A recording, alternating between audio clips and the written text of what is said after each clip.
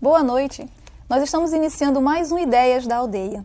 Eu sou Cleísa Cartacho e na noite de hoje nós vamos conversar com o professor Carlos Walter Porto Gonçalves. O professor Carlos Walter, ele é geógrafo, é ex-presidente da Associação de Geógrafos Brasileiros e atualmente coordena o programa de pós-graduação em Geografia da Universidade Federal Fluminense. Boa noite, professor. Seja bem-vindo ao Ideias da Aldeia. Boa noite, Cleísa, e boa noite aos telespectadores também. Professor, o senhor tem uma vasta experiência no Acre, inclusive fez vários estudos aqui no Acre durante a década de 80 e 90. Como é essa sua relação com o Acre? Como foi que iniciou isso? Na verdade, a minha relação com o Acre, ela se iniciou nos anos 80, em meados dos anos 80, um pouco a partir de uma experiência que duas geógrafas do IBGE, que vieram fazer um trabalho aqui no Acre, tiveram, e na época elas fizeram esse trabalho aqui, tiveram a oportunidade de acompanhar um pouco a luta dos seringueiros, né? E nessa oportunidade conheceram o Chico Mendes, promoveram uma viagem ao Rio do Chico Mendes, e nós nos conhecemos e no primeiro contato criamos uma afinidade muito grande de ideias, né? Em função da sua preocupação com as questões de justiça social e ao mesmo tempo com a sua preocupação com a floresta.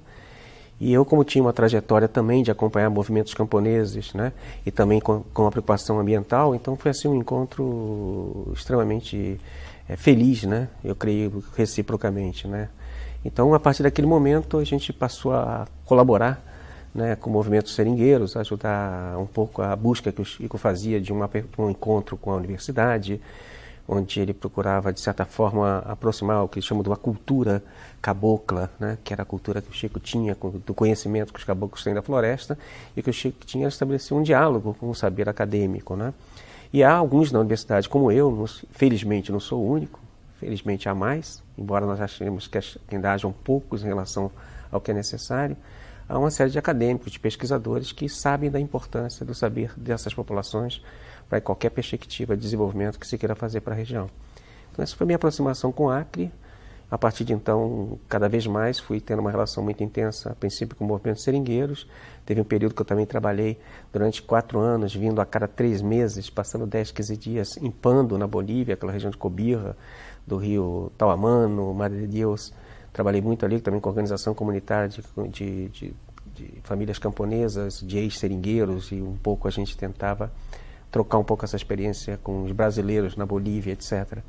Mas isso é uma parte da minha experiência, felizmente na Amazônia, também contatos da mesma natureza, sempre com os mesmos protagonistas, digamos assim, também em Rondônia, também populações remanescentes de quilombos, no Rio Trombetas, populações das mulheres quebradeiras de coco de Babaçu, no Maranhão, e também em Tocantins, né, com populações remanescentes de quilombos e seringueiros no Amapá, né. Então eu tenho, felizmente, tido a oportunidade de conhecer essa diversidade muito grande de experiências que tem na Amazônia e colaborar com isso. Me sinto muito orgulhoso disso. É interessante, o senhor, na palestra dada na Semana de Geografia, promovida pela Universidade Federal do Acre, o senhor falou das diversas caras da Amazônia, né? As Amazônias dentro da Amazônia. Como são como é essa identidade da Amazônia dentro da nossa Amazônia? Não, isso eu acho que é um conflito extremamente interessante, né? Primeiro, a Amazônia, no caso brasileiro, né, ela corresponde a mais ou menos 54% do território brasileiro. Então, você imaginar alguma coisa de mais de 4 milhões de quilômetros quadrados, que ser homogêneo já é um absurdo, né? Então, a Amazônia tem que falar no plural, né? Aqui mesmo no Acre, se a gente quiser falar em 2 macro-regiões, você pode falar da região do Rio Purus e da região do Rio Juruá, as diferenças são enormes, né? Enfim, e assim é. Então, um pouco o meu esforço, inclusive eu escrevi um livro exatamente que tem esse título, Amazônias, né? Para não só significar essa enorme diversidade cultural, social que existe no Acre, né? Mas também falar que quando se fala da Amazônia, eu me lembro que nos anos 60 se falava muito assim, a Amazônia é nossa, né? Aí eu falo assim, nossa de quem? Né? Existem, por exemplo, os grandes fazendeiros, existem os grandes seringalistas, e havia ao mesmo tempo os seringueiros. Então a Amazônia é nossa de quem? Do seringueiro ou do seringalista? Quer dizer, quando há relações contraditórias. Então o que eu procurei nesse livro também, passar um pouco dessa experiência desde 79 na Amazônia, para ser mais preciso, né? Foi mostrar essa enorme diversidade, que não é só biológica, né? A Amazônia tem, de fato, uma mega biodiversidade, né? Mas, além disso, ela tem uma diversidade cultural fantástica.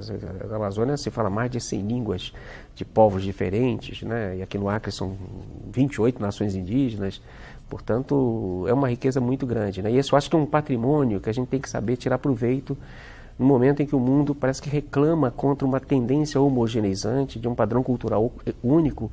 E quando você olha para a Europa, para os Estados Unidos, na verdade são lugares onde, na verdade, a massificação cultural, o shopping center igual, o comer igual, o tudo igual, né? E parece que o mundo reclama uma recuperação da sua diversidade onde ela ainda existe, né? Eu acho que a Amazônia e a América Latina, podemos também falar da África e da Ásia, talvez tenha muito a dizer sobre isso, né?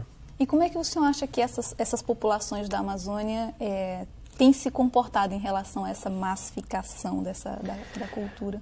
Olha, eu penso que quando nos anos 70 e nos anos 80, né, uma ideia de que o progresso ia chegar na Amazônia, né, quer dizer, como se na verdade os amazônidas, né, não pudessem ser protagonistas de um desenvolvimento. Quer dizer, na verdade, o desenvolvimento tinha que vir de fora. Já parece que nós somos incapazes internamente de fazer. E né? o modelo de progresso... Vem de fora sempre, né?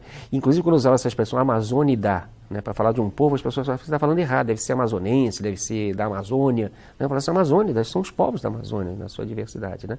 Eu acho que eles deram uma resposta. Né? Qual foi a resposta? Que, sobretudo aqui no Acre, por exemplo, a resistência, né? Os chamados empates, né? A resistência indígena, né? Por exemplo, no Acre, nos anos 70, se dizia que não tinha índio no Acre, né? Porque é um absurdo, né? E, na verdade, foi um processo de luta, de resistência que marcou essa diferença, né? É verdade. E eu acho que hoje essa oportunidade está sendo oferecida à humanidade, né? Hoje a gente sabe o que está significando o modelo de desenvolvimento que a Europa e os Estados Unidos colocaram para si próprios, né? Que, na verdade, por exemplo, hoje quando a gente vê os resultados, o que significa o desenvolvimento industrial, né? Os problemas de efeito estufa, o problema, né? Quer dizer, todos esses problemas estão colocando, na verdade, a humanidade em perigo. Há dois sociólogos, um alemão e outro inglês, que usam uma expressão sociedade de risco, né? Houve um momento que se achou que o desenvolvimento científico e tecnológico ia trazer os homens a superar os problemas da peste, da fome, da miséria, etc. Né? Pois bem, hoje você começa a ver que, além de você ainda ter muito problema de peste, muito problema de fome, você passa a ter, inclusive, doenças novas. Doença da vaca louca, a gripe do frango, a febre asiática. Tudo doenças que têm um forte componente já derivado da própria intervenção tecnológica. Né? E eles estão chamando a viver uma sociedade de risco. Né? Então, nesse sentido, essas culturas, né, que a Amazônia tem, tão diversa, né, que desenvolveram-se numa relação com a floresta e não contra a floresta, né? Eu acho que essa é a grande diferença. Né? Há culturas que foram capazes de saber aproveitar o que a gente chama de produtividade biológica primária básica. Né? Por exemplo, aqui na Amazônia, em média, num hectare, você tem 460 toneladas de biomassa. Mas se você parar para refletir o que significa isso, que a natureza aqui é capaz de, por si só, sustentar 460 toneladas de biomassa. Se você aproveitasse essa biomassa, vamos dizer assim, 10% disso, né, você vai explorar com fruto, resinas, essas coisas todas, você exploraria 46 toneladas de biomassa, se você souber aproveitar o próprio metabolismo da floresta. Enquanto que você vai produzir o que se consegue no máximo no Brasil atualmente, que é 60 sacas de soja num hectare, isso dá 3,6 toneladas. A floresta, a natureza sozinha produz 460. Se você aproveitar 10%, é 46. Então essa é a sabedoria que você tem que fazer na Amazônia. Em vez de você botar uma produtividade, você tem que importar insumo, agrotóxico, fertilizante, ou seja, trazer insumos externos, porque o sistema não se sustenta, você tem que trazer de fora, né? E, portanto, você fica muito vulnerável numa eventualidade de não dispor desses recursos. Você aqui tem uma natureza que é pródiga. Quer dizer, você não partir disso, né? E essa é a tradição das comunidades indígenas. É verdade. Né? Então, essa eu acho que eu me lembro que ali na Rio 92, né, houve um debate muito intenso entre os indígenas para saber qual era a posição que eles iam levar, já que tinha o 1992, de certa forma, referenciava também ao 1492, a descoberta da América. Então havia uma tendência entre algumas lideranças indígenas de aproveitar o 1992 para falar dos 500 anos de genocídio, massacre, violência que os povos indígenas sofreram. E havia um outro setor que dizia o seguinte: não, os brancos já estão sabendo disso, eles sabem que fizeram muita besteira aqui. Em vez de aproveitar essa data que nós temos, vamos lembrar eles sim, que é preciso eles não esquecer do que eles fizeram. Mas vamos dizer para os brancos o seguinte: depois de 500 anos, os chefes de Estado dos brancos, vamos dizer assim, de todo mundo, vão se reunir para discutir o quê? A água, o rio, a mata. Olha, sobre isso nós temos que dizer para os brancos que nós somos professores. Eles precisaram de 500 anos para perceber que nós aqui tínhamos razão. Então, sobre isso, vamos oferecer para eles o nosso saber, a nossa experiência, saber conviver com isso. Porque os índios estão aqui há 10 mil anos. E a floresta está aí. Porque eles souberam trabalhar com essa produtividade biológica primária. Então, ao invés de fazer um modelo de desenvolvimento contra, eles fizeram um modelo de desenvolvimento com. E me parece que os caboclos aprenderam um pouco isso. Sobretudo depois que o seringalismo clássico, aquele da monoexploração da borracha, entrou em crise. Eu sempre chamo a atenção para uma ambiguidade. Tem muita gente que fala da decadência do período áureo do Acre. Eu falei, se você pega os relatórios, por exemplo, do Oswaldo Cruz, sobre aquele período, você vai ter uma surpresa.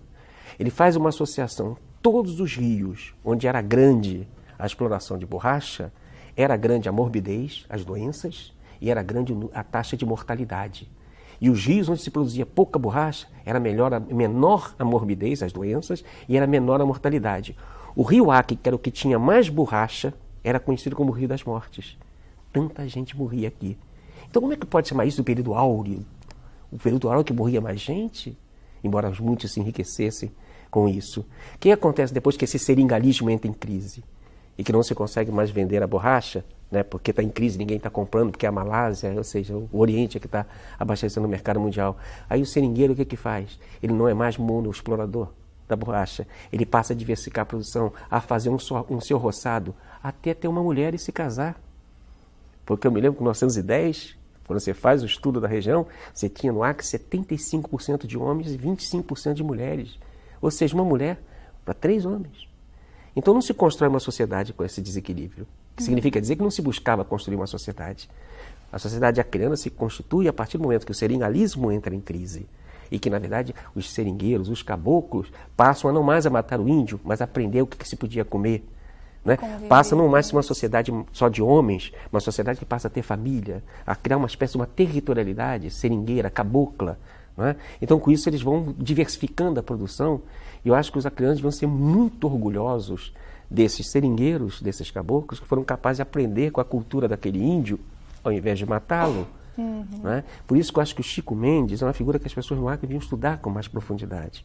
Quando o Chico propõe a aliança dos povos da floresta, é que ele teve essa sensibilidade. Ao invés de nós estarmos brigando contra os índios são nossos aliados. O Chico teve essa virtude de perceber a riqueza dessa diversidade cultural dos povos da floresta. E de que forma o Brasil enxerga essa relação dos povos da floresta na Amazônia? Eu acho que o Brasil não enxerga. O Brasil tem uma visão sobre a Amazônia meio paranoica, eu diria. Não é? Parece o seguinte, que a Amazônia é vista pelo brasileiro em geral como uma área que tem uma enorme riqueza. Sempre se fala da Amazônia, no Rio, em São Paulo, no sul do Brasil, de maneira superlativa. Os maiores rios do mundo, a riqueza hídrica do planeta, a biodiversidade. Então tudo é super. Né? Então sempre se exagera. Mas ao mesmo tempo se acha que aqui tem pouca gente, é um vazio demográfico. Portanto, é como se houvera, né, uma área que é enormes riquezas e sem gente, portanto, há uma cobiça internacional, vão tomar isso tudo.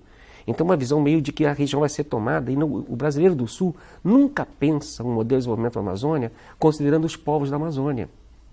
Né? Eu dou um exemplo que eu aprendi aqui nas conversas e depois por estudos que a gente vai fazendo na universidade, aprendendo com o seringueiro, ao mesmo tempo juntando saber científico com saber caboclo, que eu acho que esse diálogo de saberes é que é o fato essencial, o importante. E eu me lembro que, por exemplo, pouca gente sabe que 2 amêndoas de castanha, tem 100 gramas de carne de vaca.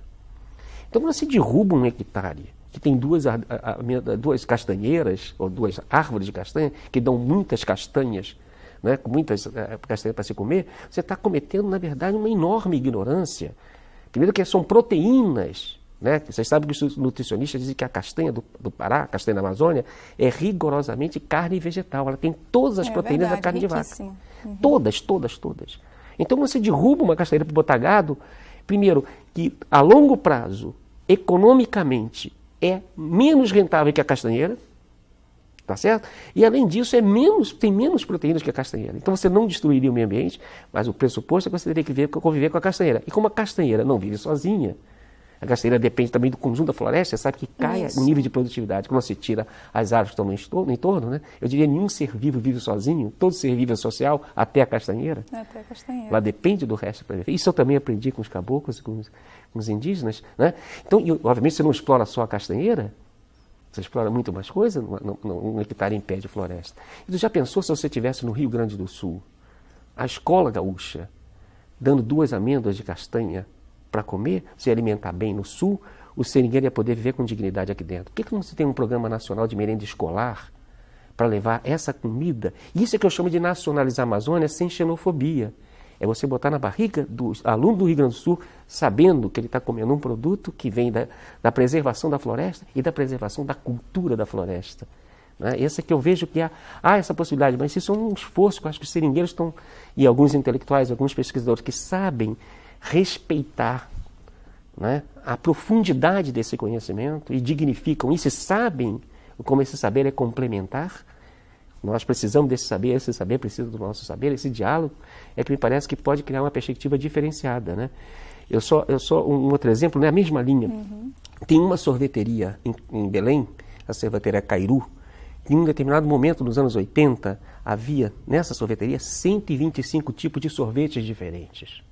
Né? Você vai lá no sul, você tem chocolate, creme, flocos, chocolate, creme, flocos, creme, morango, 4, 5, 6 sabores. Você tinha 125 sabores numa sorveteria em Belém. Atrás desses sabores tem saberes. São os saberes do povo da floresta. Então, na verdade, se a gente... por que, na verdade, o que mostra como a visão é invertida, mesmo quando se inaugurou a Zona Franca de Macapá, o primeiro financiamento que houve não foi para você explorar os frutos da floresta, sabe para quê? Foi um financiamento para a Coca-Cola, o que é uma afronta à cultura amazônica. Quer dizer, num lugar que tem 125 sabores transformados em sorvetes. Né? Esses sabores são os saberes dos povos da floresta. Você pode tranquilamente abastecer a cidade conservando a cultura, conservando o conhecimento que para poder extrair esses sabores são saberes, portanto, são conhecimento. É preciso romper com o preconceito. Né? Isso a universidade tem muita dificuldade também, embora haja alguns, eu me incluo entre eles, e temos a abertura para compreender a importância desses saberes para um futuro diferente para a Amazônia. Professor, nós vamos para um rápido intervalo e voltamos já conversando um pouco mais com o professor Carlos Walter.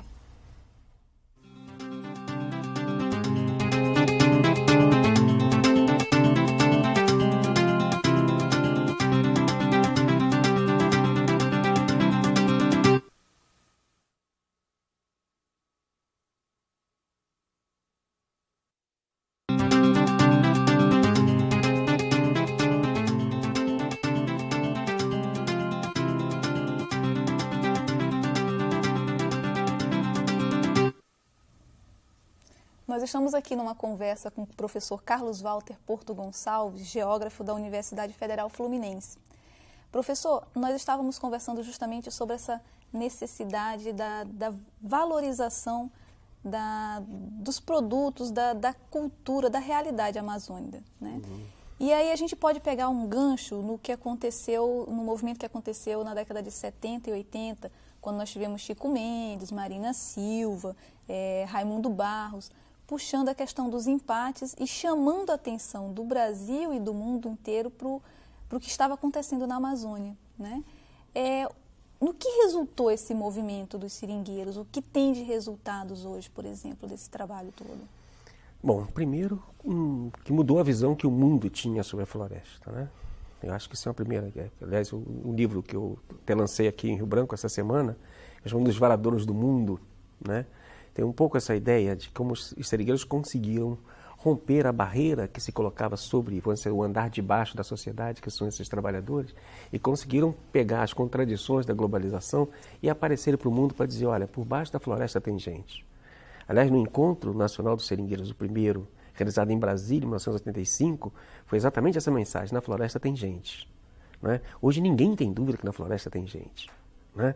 Isso eu acho que é uma mensagem primeiro fundamental. O Chico dizia, eu acho que você devia estar em todas as escolas essa frase, né? Não há defesa da floresta sem os povos da floresta. né? Eu acho que essa é uma mensagem importantíssima colocada pelo movimento. E depois a ideia também de que as unidades de conservação ambiental, por exemplo, não devem prescindir da presença dos povos e da sua cultura, né? São os povos que, então, os seringueiros desenvolveram uma cultura com a floresta, desenvolveram um conjunto de conhecimentos sobre a floresta, né? Eu costumo dizer para as pessoas que, falando que tem gente que fala nós vai, mas sabe para onde vai. Tem muita gente que fala nós vamos e não sabe para onde vai. Por exemplo, se me soltar dentro de uma floresta, eu me perco. Aliás, várias vezes os seringueiros me faziam essa brincadeira de andarem rápido e me deixarem sozinho, eu sentava. Eu sabia que eu ia me perder. Eu sabia que ali quem era o doutor era ele, não eu, né? Então, quer dizer, esse conhecimento, eu acho que essa mensagem eles colocaram para o mundo. Então, que eles, ou seja, não há possibilidade de você defender essa floresta, de conservá-lo, de preservá-lo, essa riqueza, sem conservar o povo, né? Então, eles contribuíram, inclusive, para a criação de uma unidade de conservação ambiental, que são as reservas extrativistas, não é? Antigamente, a unidade de conservação ambiental, você criava a unidade de conservação e expulsava o povo lá de dentro, que é a visão americana, que é a visão do primeiro mundo. Que, na verdade, é uma visão que, como se fez nos Estados Unidos, você cria um parque e expulsa o povo. Como é que acontece justamente isso? Como é que consegue pensar num desenvolvimento e numa preservação longe das pessoas? Não, porque na verdade isso é uma coisa que a gente precisa estar muito atento, né? Eu estou muito preocupado com esse novo momento, onde a questão da biodiversidade passa a ter um valor que antes não tinha, né? Então, hoje em dia, em função da biotecnologia, enfim, desses novos padrões tecnológicos, o conhecimento sobre a floresta é muito importante, né? Então, na verdade, tem umas propostas, por exemplo, que é criar a unidade de conservação ambiental e expulsar o povo que está lá dentro. Eu digo que isso é uma ignorância sobre o próprio processo de formação da floresta, né? Se você for ver quando é que se formou essa floresta que está aqui, se você recuar no tempo histórico, no tempo até geológico, essa floresta não tem mais de 12 mil anos, de 10 mil anos para cá, né? E é um processo que explica isso. Olha, e nesse tempo já tinha gente aqui. Então não houve primeiro a floresta e depois o povo, né? Povo e floresta se desenvolveram num processo único, né? A floresta foi se formando e tinha gente com floresta se desenvolvendo junto. Não quer dizer que foi o povo que fez a floresta, né? Porque na verdade o homem, como uma espécie, tem também as suas limitações, né? Mas há uma história de convivência entre a biodiversidade e a diversidade cultural.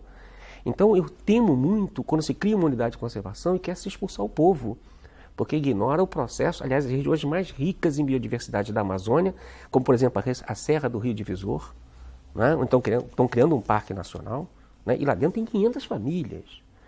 Quem é que pode nesse momento se dizer com autoridade para expulsar o povo que está lá dentro? Olha, foi esse povo que conviveu com aquilo e permitiu que essa biodiversidade chegasse até nós. Por que agora alguém se arvora no direito de dizer que vai criar uma unidade de conservação ambiental e expulsar aquele povo que está lá? Quem é que deu direito a essa pessoa? E depois, para quem vai servir? Ninguém pode entrar? Ninguém? Não, alguns vão poder entrar. Os pesquisadores. E o conhecimento dos pesquisadores vai ser para quem? Vai ser para aquele povo ou vai ser para a empresa que financiou a pesquisa? Então você está fazendo uma espécie de latifúndio genético.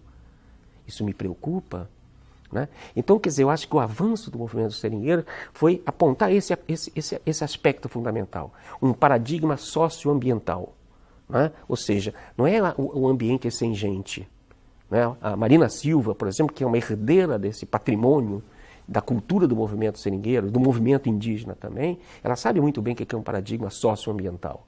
Ela sabe como o povo e a cultura do povo, né? E há vários autores no Brasil, fora do Brasil, que mostram que há uma relação entre perda de biodiversidade, que o pessoal chama de erosão genética, destruição, e, ao mesmo tempo, perda de diversidade cultural.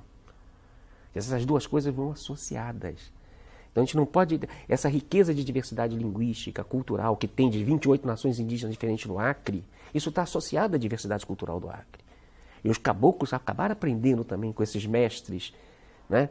Como conviver com a floresta, que fruto te mata, que não mata, que fruto você pode comer e não comer. Isso tudo foi um aprendizado também longo. Uma vez eu me lembro de uma conversa com o Chico, ele disse, no fundo, nossos pais culturais são os índios. Porque foi com ele que nós aprendemos, porque nós viemos do Nordeste e não conhecíamos nada da floresta.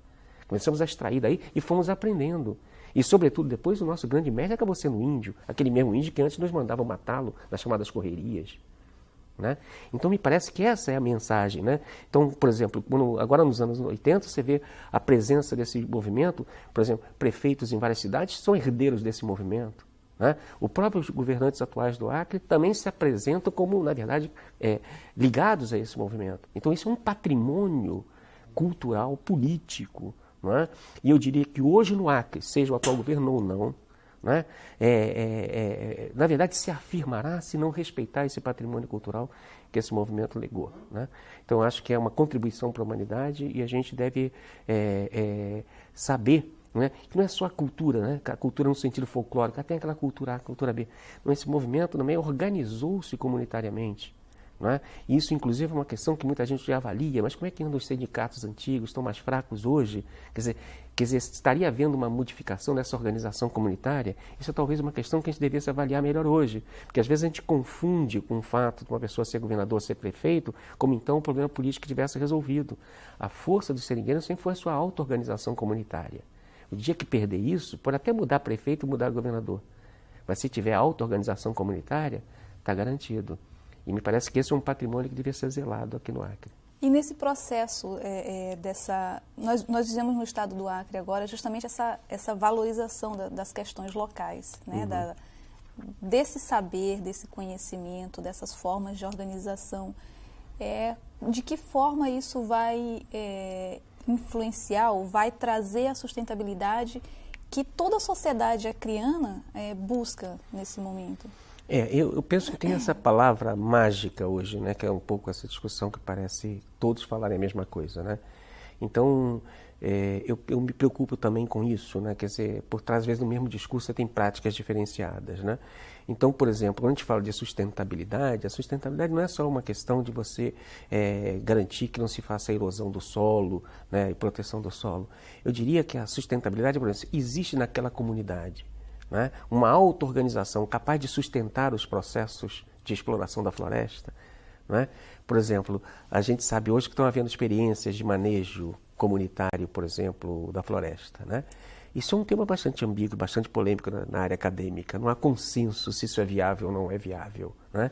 Eu penso que qualquer experiência de exploração, de uso múltiplo da floresta, que, aliás, não nos esqueçamos, os seringueiros, desde que houve a decadência do famoso seringalismo, lá no início dos anos 20, eles já fazem manejo de uso múltiplo da floresta. É verdade. Né? Então, ignorar todo esse patrimônio cultural que os seringueiros vieram fazendo, quando eles diversificaram a produção, deixaram de ser mono. Por exemplo, eles trabalhavam antes uma média de 180 dias por ano só extraindo seringa. Depois não podia mais vender a borracha, eles passaram a trabalhar em média 60 dias por ano cortando seringa. O resto faziam um roçado, criavam um gadinho. Quer dizer, fizeram uso múltiplo dos recursos naturais, passaram a explorar mais a castanha. Ou seja, diversificaram. Aliás, como todo bom camponês, nunca é monoprodutor. Então não caiamos, né, no canto de sereia, que vai ser agora o mogno, vai ser a madeira, né, que vai ser outro mono. Qualquer monoexploração vai contra a lógica da cultura camponesa e indígena, né? Então a sustentabilidade tem como pressuposto a auto-organização comunitária. O Chico Mendes dizia uma coisa extremamente interessante: se vocês querem destruir a proposta de reserva extrativista, é só começar a decretá-la por tudo quanto é lado, sem que haja uma prévia organização da comunidade. Então, se não houver uma prévia organização política, comunitária, você não vai ter sustentabilidade para nada. Entende? Ou então vai virar uma sustentabilidade a meias, ou seja, pela metade, como dizem os portugueses, a meias. Né? Na medida que você vai fazer, às vezes não vai ter erosão, você não tem nenhum processo de auto-organização comunitária. Essa eu acho que é a grande mensagem que o Chico deixou. O dia que os seringueiros e as comunidades, em geral, do Acre, não estiverem auto-organizadas, perderem esse patrimônio, que no caso dos anos 80, 70 e 80, se fez em torno dos sindicatos, numa luta muito ferrenha contra os fazendeiros que vinham derrubar. Então havia uma razão, talvez até as facilidades de uma terra já demarcada, não é? Ou seja, pode muitas vezes levar à ilusão de que vai ser um financiamento governamental ou um financiamento internacional que vai salvar o problema. A gente sabe que a Amazônia sofre muita pressão de várias ordens. Né? Por exemplo, a migração frequente para a Amazônia de pessoas do resto do Brasil que perdem as suas terras, expulsa pela expansão do latifúndio e até mesmo do agronegócio. Então é um problema seríssimo. Né? Então como é que, na verdade, a gente vai resolver o problema da Amazônia, né? O problema de garantir um desenvolvimento sustentável, se não houver uma reforma agrária no conjunto da sociedade brasileira? De que forma também a sustentabilidade, portanto, do que vai acontecer no Acre, depende também do Acre se ligar a um projeto de Brasil. Porque o dia que a gente se desvincular, achando que vai ser pedido um financiamento da Comunidade Econômica Europeia e desvincular no Projeto do Brasil, vai continuar a pressão. E daqui a um pouco é um grupo, de repente, de sem terra, que está querendo morar na reserva, e você vai fazer um movimento dizendo que não pode entrar. E como é que fica isso? Tá certo? Não se esqueça que a reserva ao mesmo tempo, é uma concessão que a sociedade brasileira faz aos seringueiros, reconhecendo neles o que é um patrimônio cultural para zelar por aqueles recursos. Tá certo? Então há um pacto dos seringueiros com a sociedade brasileira por meio da reserva extrativista. Não é? A reserva extrativista é uma concessão de direito real de uso, enquanto um plano de manejo é respeitado. E esse plano de manejo tem que zelar por um patrimônio biológico, de biodiversidade, de serviços ambientais, que a gente acredita que a cultura seringueira seja a chave para isso. Não é? Então, se a gente perder de vista que a sustentabilidade não é só uma questão local. Então, por exemplo, um governo que tenha sensibilidade para a sustentabilidade no Acre, né, me parece importante, mas não é suficiente se isso for desvinculado também de um projeto de um Brasil sustentável. Porque senão a gente vai achar que é pedindo um financiamento externo para um projeto local, dissociado do que se passa no Brasil, porque daqui a um pouco a gente vai ter esse contraponto, né, de ter os seringueiros aqui tendo que defender, olha, imagina, a floresta da chegada de um outro sem terra, como um dia os seringueiros também foram e tiveram que lutar para ter a sua própria terra, para se sustentar aqui. Então, a sustentabilidade não pode ser pensada como um processo estritamente local, embora o seja. Sem a base local, não, quer dizer, é condição necessária, mas não é suficiente. A sustentabilidade tem que ser um projeto de Brasil. E quando a gente fala no extrativismo como uma atividade base da economia da região, nós temos... Existem alguns pesquisadores que são radicalmente contra, porque vinculam muito a questão econômica, simplesmente. Uhum. Né? Como é que a gente pode compatibilizar justamente essa valorização do saber, do que já existe por trás dessa produção, com o bem-estar dessas famílias que vivem nessa realidade, e essa questão econômica, a questão do mercado? Isso é um risco para essa sustentabilidade? É um risco, porque sempre que você tiver, isso aí a gente tem que ver os limites da sociedade de mercado. Não é? Eu diria até que uma contradição nos termos. O mercado não constrói sociedade nenhuma. Uma sociedade pode ter até mercado, mas uma sociedade de mercado, quer dizer, querer reduzir a sociedade ao mercado, é um contrassenso. Né? O mercado não foi feito para construir sociedade nenhuma, foi feito para trocas. Não é? Então, é preciso já separar isso.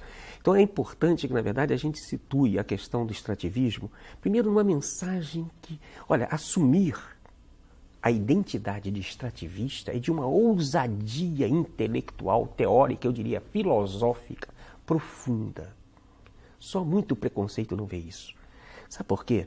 Tem muita gente que fala assim, país produtor de petróleo, país produtor de ferro. Se você for ver, essa frase é uma contradição. Nenhum país produz ferro. O ferro é uma produção da história geológica do planeta.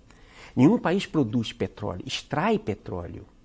Porque quando você diz que você é produtor de petróleo, parece que você faz o petróleo. Não, mas o petróleo você não faz, você extrai. Então toda a sociedade é extrativista. Então quando você assume a identidade extrativista, já que eu sou extrativista, eu devo cuidar para que a minha extração não se torne insustentável. Então, quando quando se assume com a identidade extrativista, você está assumindo uma dimensão profunda que toda a sociedade é extrativista, porque depende da extração de coisas que nenhuma sociedade faz. Nenhuma sociedade faz a água, você pode extrair a água. Nenhuma sociedade faz o ferro, você extrai o ferro. Então, todos somos extrativistas. A ousadia foi dos seringueiros dizerem que eram extrativistas. Aí é uma dimensão de profundidade e ultramoderna. Né? E é uma coisa que, na verdade, contra o preconceito, que acho que um dia houve extrativismo, depois houve agricultura, depois veio a indústria, uma visão evolucionista da história. Os seringueiros, a partir da sua experiência de convivência com e não contra a floresta, foram capazes de assumir que são extrativistas. E por isso eles sabem, se não cuidarem daquilo que extraem, vão esgotar a sua extração.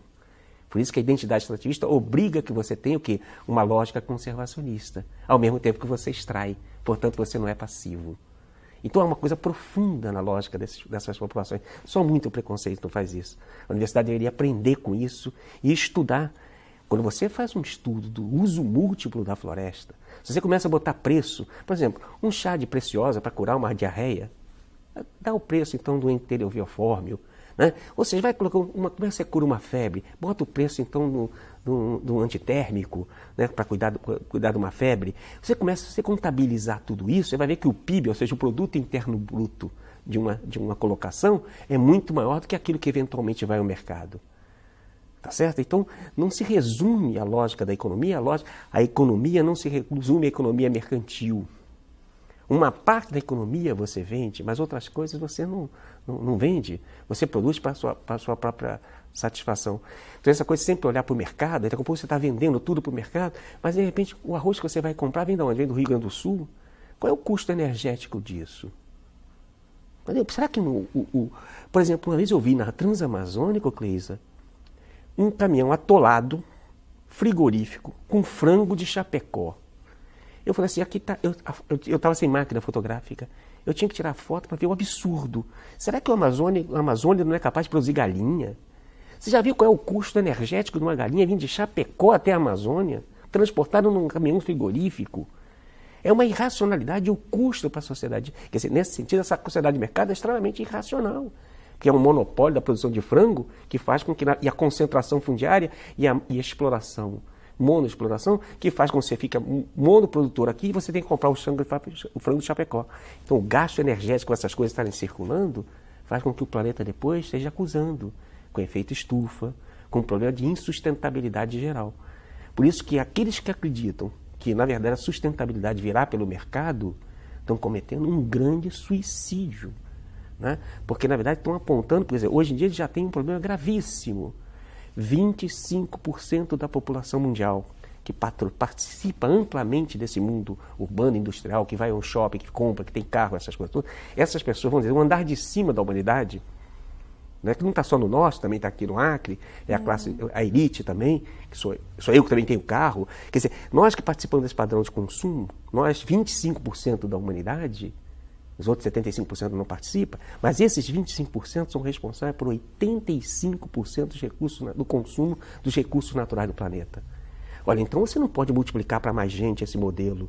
Então significa dizer o quê? Esse modelo se sustenta? Como é que você diz para os outros que eles não têm direito? Então você tem aí um conflito permanente que torna o mundo insustentável. Então esse modelo não é modelo para a humanidade, com certeza. Professor, nós agradecemos muitíssimo a sua participação aqui no Ideias da Aldeia e esperamos que o senhor retorne novamente ao Acre. Eu que agradeço a oportunidade de falar com esse povo com quem eu aprendi muito também. Nós ficamos por aqui. Nos vemos no próximo programa, lembrando que estamos chegando às 22 cidades do nosso estado. Boa noite.